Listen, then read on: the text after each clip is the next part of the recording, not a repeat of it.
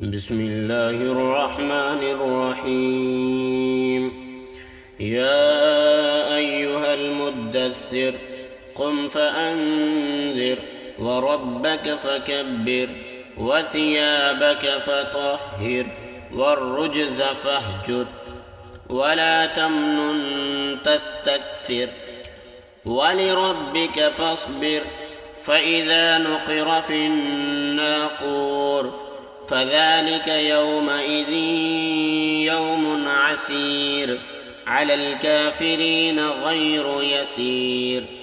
ذرني ومن خلقت وحيدا وجعلت له مالا ممدودا وبنين شهودا ومهدت له تمهيدا ثم يطمع أن أزيد كلا إنه كان لآياتنا عنيدا سأرهقه صعودا إنه فكر وقدر فقتل كيف قدر ثم قتل كيف قدر ثم نذر ثم عبس وبسر ثم أدبر واستكبر فقال إن هذا إلا سحر يؤثر إن هذا إلا قول البشر سأصليه سقر وما أدراك ما سقر لا تبقي ولا تذر لواحة للبشر عليها 19 وما جعلنا أصحاب النار إلا ملائكة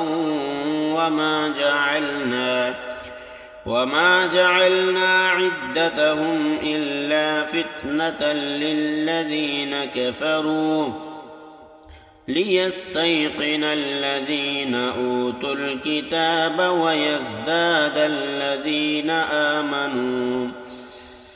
ويزداد الذين آمنوا إيمانا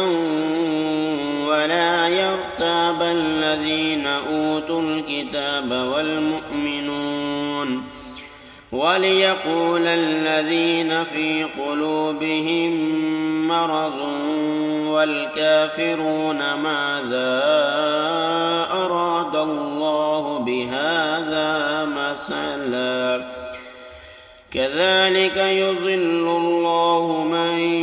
يشاء ويهدي من يشاء وما يعلم جنود ربك إلا هو وما هي إلا ذكرى للبشر كلا والقمر والليل إذ أدبر والصبح إذا أسفر إنها لإحدى الكبر نذيرا للبشر لمن شاء منكم أن يتقدم أو يتأخر كل نفس بما كسبت رهينة إلا أصحاب اليمين في جنات يتساءلون عن المجرمين ما سلككم في سقر قالوا لم نك من المصلين ولم نك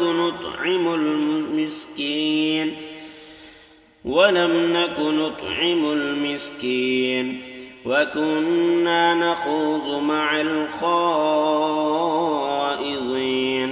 وكنا نكذب بيوم الدين حتى أتانا اليقين فما تنفعهم شفاعة الشافعين فما لهم عن التذكرة معرضين كأنهم حمر مستنفرة فرت من قسورة بل يريد كل امرئ صحفا منشرة كلا بل لا يخافون الآخرة كلا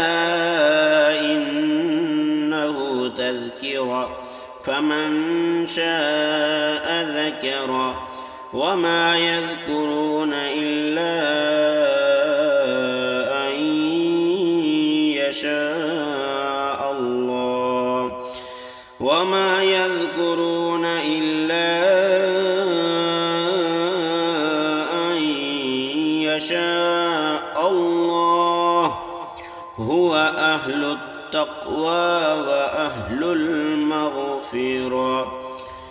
صدق الله